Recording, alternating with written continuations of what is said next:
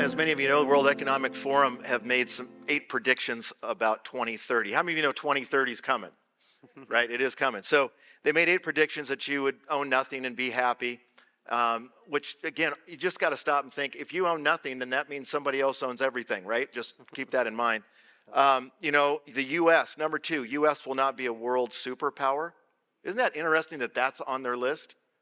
And then, you know, it talks about, you know, not eating so much meat. I mean, you know it's demonic in that case. I'm just saying, all right, right? But another one is that Western values will be tested. And so those 8 things, 180 country leaders gathered in Davos, the billionaires and trillionaires that are in the backgrounds trying to manipulate all this, they were just in Davos. And I just want you two to respond to the Heritage Foundation, their president. Some of you have already seen this, but this is really profound. I can't even believe this guy was invited there. And I want you to see how it's set up. The person's going to ask him the question, you know, we here at Davos, we here at World Economic Forum are about, you know, democracy, liberal democracy. Really? Look what this guy says. It's amazing. One thing that Davos, you might say, and the people come here stand up for, is liberal democracy. It's laughable that you would, or anyone would, describe Davos as protecting liberal democracy. I'll be candid here because I think I've been invited here to be candid. Elites tell us that open borders and even illegal immigration are okay. The average person tells us in the United States that both rob them of the American way of life. Elites also tell us that public safety isn't a problem in big American cities. Just travel to New York or Washington or Dallas, Texas. The average person will tell you that the lack of public safety damages not just the American way of life, but their life. Elites tell us that we have this existential crisis with so-called climate change. The solutions, the average person know, cost more human lives, especially in Europe during the time that you need heating, than do the problem and the problems themselves. The fourth, China.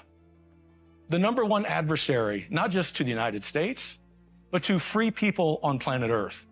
Not only do we at Davos not say that, we give the Chinese Communist Party a platform. And fifth, as we sit here, another supranational organization, the World Health Organization, is discussing foisting gender ideology upon the global South.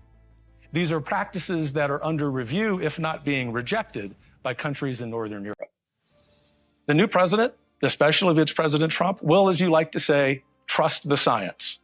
He will understand the basic biological reality of manhood and womanhood. And do you know why?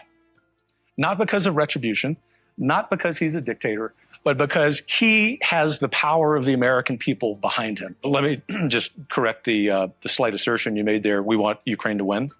We want to see Ukraine win with a lot more help from European allies. I think the United States has a role. Heritage has been clear about this for 2 years now, that there is a world in which we support military aid for Ukraine. Our first obligation in foreign policy is to look at it through the lens of what's best for the American citizen. Joe Biden has done a god-awful job in articulating what that is. The kind of person who will come into the next conservative administration is going to be governed by one principle, and that is destroying the grasp that political elites and unelected technocrats have over the average person.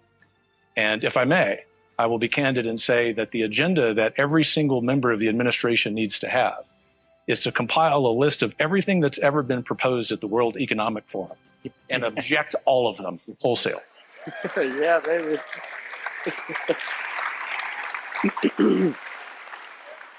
Mm-hmm. Did he just say what I thought he said? Like, take the 8 predictions for 2030 and then like just scratch them all off? Is that what he just said? Yeah, because the question, we didn't really hear the question too much, but the question was, what do you think should the next president, what should his agenda be? And then he said, well, the next president's agenda should be to take all of the things, everything that Davos stands for, and object to all of them. That's it. I was like, man, well said. That guy's bold. Wow. This outfit's in the forefront of creating the one world government. United Nations, World Economic Forum, World Health Organization. I would say this is the foremost of the globalist outfits. And without a doubt, it's the most evil. It truly is shockingly evil, shockingly. Now, shockingly, And we can see it. You're going to play a clip, I think. shockingly evil. I want you to remember Jan said that because there's only two kingdoms. You know, if you're from our church, you hear me say this all the time. There's God's kingdom and Satan's kingdom. And so every time you're faced with a moral decision or something like that, you just got to ask the question, what kingdom is it from?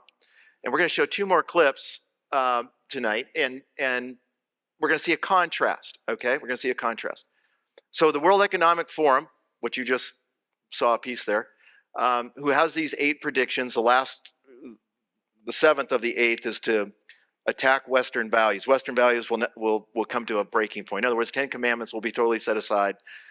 Children not to obey their parents, sleep with whoever you want, covet whatever you want, steal whatever you want, etc. So when Davos opened up, they brought a witch, and I shared this with our church, and I just showed them a picture because I didn't want to play what took place during a church service. A witch is going to come and give a demonic blessing to the leaders of Davos, those 180 world leaders, a blessing from Satan, that they might be empowered to create a one world government. You do need to see it to actually believe it. Like, what kingdom is this from? This tells you what kingdom it's from. Watch this.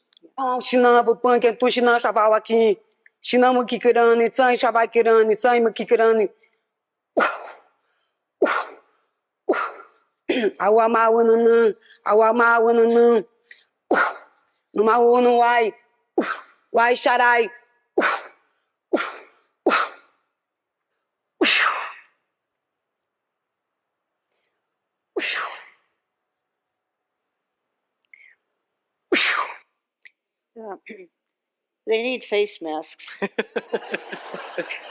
Yeah, I thought they cared about that. Guys that pushed like the whole medical procedures and separation and all of that. But we only got to address the demonic. This is celebrating. This is seen as good. Oh, isn't this wonderful? I mean, is this wonderful? No, it's interesting. No, it is not. And if we remember in the Gospel of John, right before Jesus left, that he breathed on the disciples and said, receive the Holy Spirit. Satan's a copycat. Yeah. And so here you have this pagan ritual where that's exactly what they're doing in their way, again, to mimic always what the Lord does. And it's absolutely wicked, evil, demonic. But again, this is the king. We know the world lies under the power of the wicked one. And they're going to get their day during the tribulation period. Yeah, keep in mind, again, this witch is trying to bless them in the power of Satan to create a one world government. Yeah. Why does Satan want to do that? Because God has promised there's going to be a one world government. The descendant of David is going to sit upon his throne. It's going to be for 1,000 years and then forevermore. And so that's what God's going to do. Satan's got to do the opposite side. These are the players. These are the actors. And if anyone wondered whether or not there was a demonic root to this, that should answer it.